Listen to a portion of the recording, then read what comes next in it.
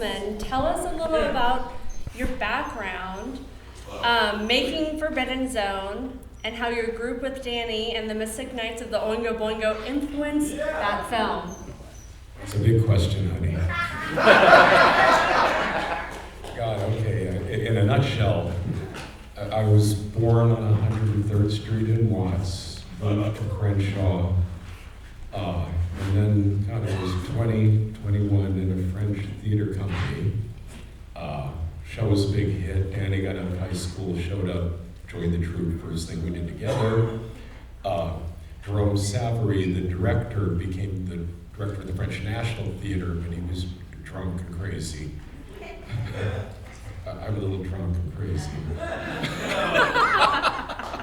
Anyway, I decided to start my own group, the Mystic Knights of the Oingo Boingo. It was kind of a musical theatrical troupe. 12 people, a little unwieldy to tour, so as it was transitioning into a more tour-friendly 8-person group, I wanted to preserve on film what I was doing on stage.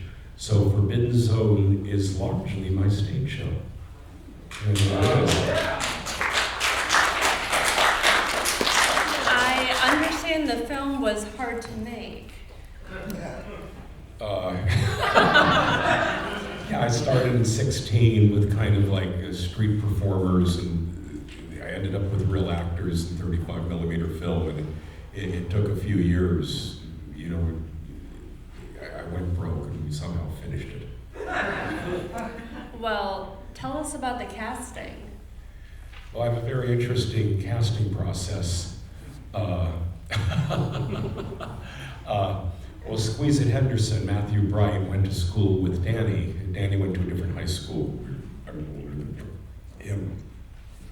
I tried to say he was older, but then someone busted me online with my real age. So Matthew was fucking Susan Terrell. And they would have these... No, I'm sorry. We could be so lucky. Wait, I'm mixed up.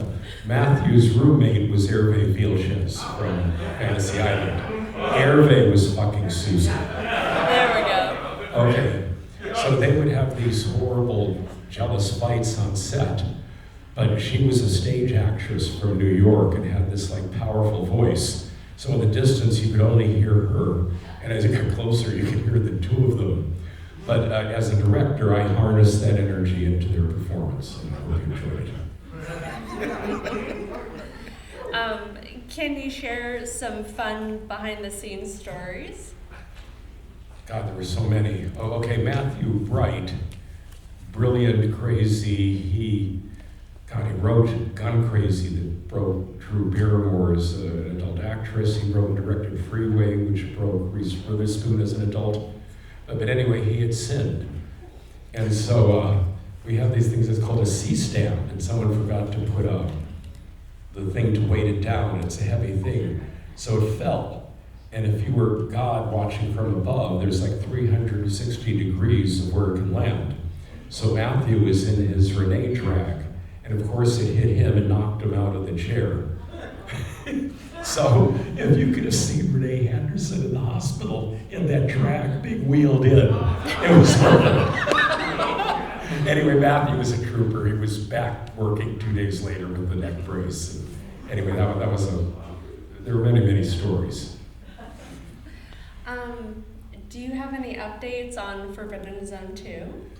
Yeah, we're back in business. I almost made it a couple times, and it's a weird thing. Like you have a company, you're in production, and then they keep putting the date off, and one of their other features bombs, and then they put the date off more, and then they stop returning calls, and you're ended up with big legal bills.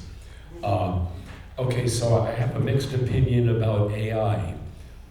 When I met my wife, Anastasia, her evenings were spent at the Stella Adler Academy studying deep method, but her days were in a practical effects house, old school, Lon Chaney Sr.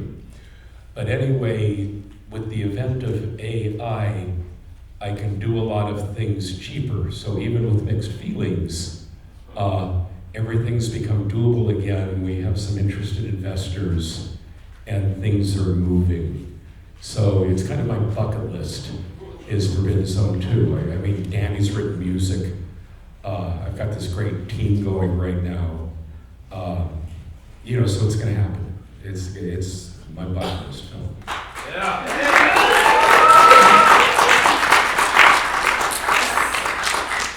So, what else are you working on? God, so much. My work is cartoony, so I've actually been hired to develop animated series. And then I've got other features. And then Anna and I, we tour and do live shows. A lot of stuff. We're always busy. We did a film called Bloody Bridget. So here's the thing, I got sick of the meetings and the delays. We just said, fuck it, and put a mortgage on the house, upped our credit cards, and shot the Chingadera. Couldn't get the money I wanted when it came out, just to pay it back, so we said, fuck it, we took it on the road. We won 25 festivals, Canada to Brazil. Put a band together every city, and I have to tell you that there's better percussionists in Brazil than Canada. So anyway, we've got this whole other thing like Anna is Bloody Bridget. By the way, check out Dread Central. It's one of the top 2 genre sites. And Anna is a journalist and produces their videos with Aaron Cohen, who cuts them if he's here in the house tonight. Aaron, are you here? Okay. And then some of the other team for Forbidden Zone 2, Dylan and Julia are here.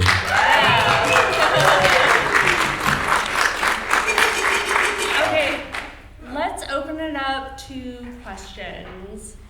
I'm gonna get to you, but let's go back there. Thank you. Hey, where did you shoot it? Just on a couple sound stages in Hollywood. But are we talking Renmar or are we talking by Paramount?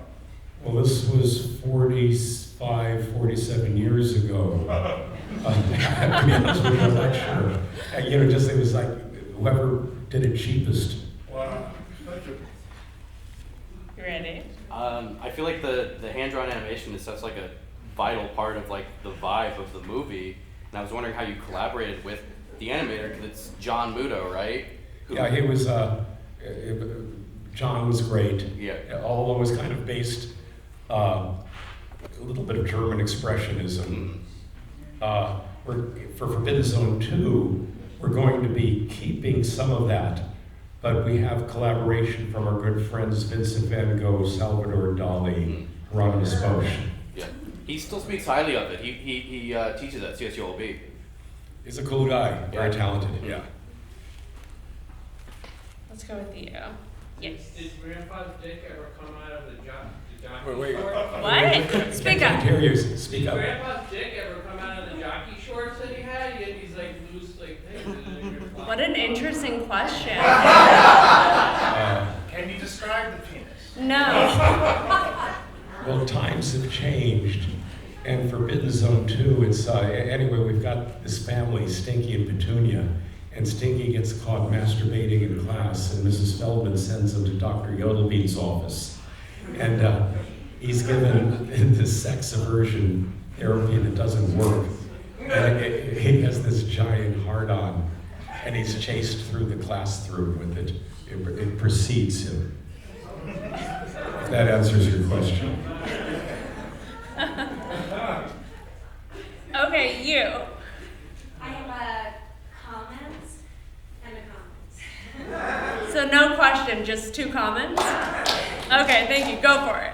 When I was in high school in the 90s, born in 78, high school in the 90s, I remember the moment my friend, my weird friend, showed me Forbidden Zone.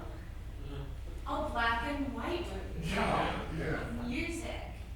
And it's pretty much like when it was like beyond knowing the 80s that I listened to when I was a kid and learning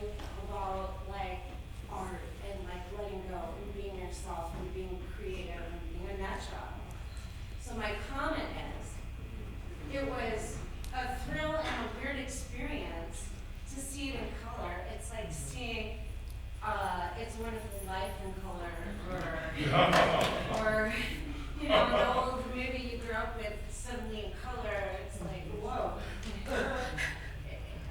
It's interesting, but at the same time, I prefer the black and white. But I think there too might be, you know. And we'll have a whole army of zombie, and here we go. Anyway, my original vision was to colorize all the underworld stuff, hand-tinted, a thing from the 20s. Couldn't do it, but the colorized version is actually closer to my original vision. It's beautiful. Yeah. It's just different. Yeah, it's surprising. Well, life is beautiful but different. There we go. No, thank you. Thank you. It's a Thank you. classic. No, thank you. So, one more? Yeah, let's do it. This is awesome. This is my first time seeing this, and wow. Yes, that's the right reaction. Wow. So, my question then is like, there's so many references here, and I'm like, wow, like this feels so relevant, and it's so sad because it was made so long ago, and yet they're still relevant, like the school scenes in particular, and more, and like wearing the Cub Scouts there, and so much.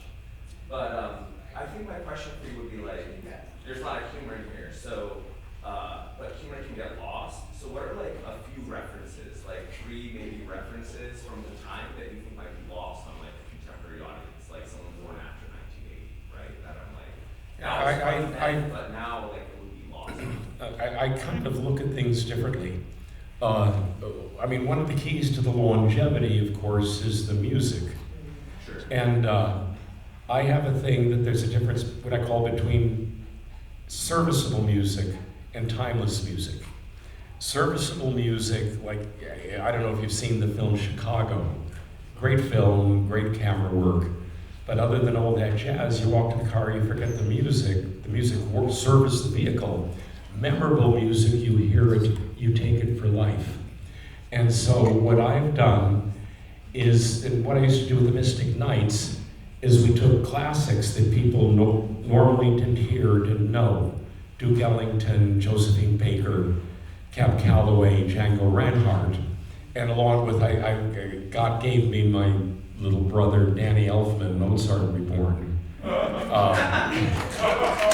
then we've got another guy, Ego Plum, Mozart Jr., also like Danny, no musical training, grew up in East LA, and now he's the top cartoon composer in Hollywood. He's done like 300 cartoons, 4 features. Igor, are you here? Oh, he's not here. But anyway, between Danny and Ego, we've got memorable music in Forbidden Zone 2. And then the other thing is, call it absurdity. Absurdity doesn't date, doesn't get old. Have any of you noticed that life can be absurd at times? Well, plus you were doing a kind of a Fleischer cartoon. Yeah, there's definitely influenced by Max Fleischer with some of that. Yeah, sure, and R.R. Crumb and some stuff. Yeah. We have to acknowledge that. Yeah. You want to do another question or More questions? some more? Okay. Yep. Okay. Do you ever call Brian Usna on stealing your flying head?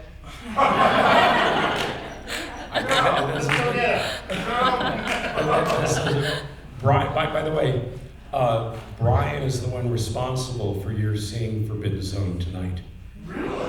Yeah, he had a friend, Jack Murphy, that helped me re-clear the rights to release it, so you wouldn't have seen Forbidden Zone without Brian Usna.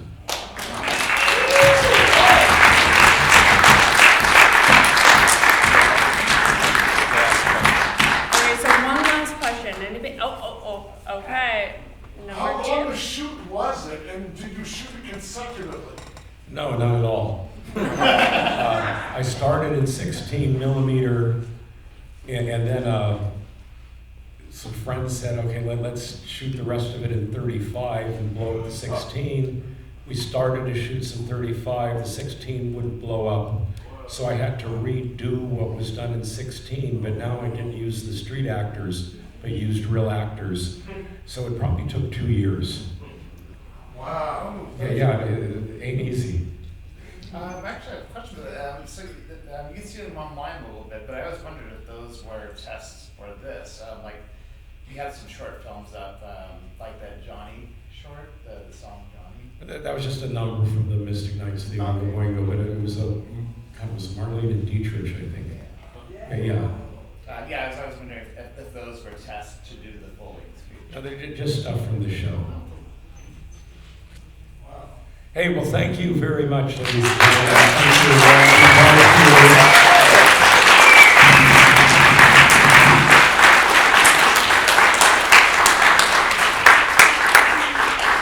I'll sign a few things, but not super late. And Not thank you. super late, but a little Thank while you. in the Thank lobby. you, Shaka Go-Go. Thank you, Shaka Go-Go. Thank you, Richard. Thank you, Anastasia. That was amazing. Richard will be in the lobby for a little bit. We've got some Forbidden Zone posters. They're $15 if you want to get one, and he'll sign it. And if you brought something from home, he'll sign that too. So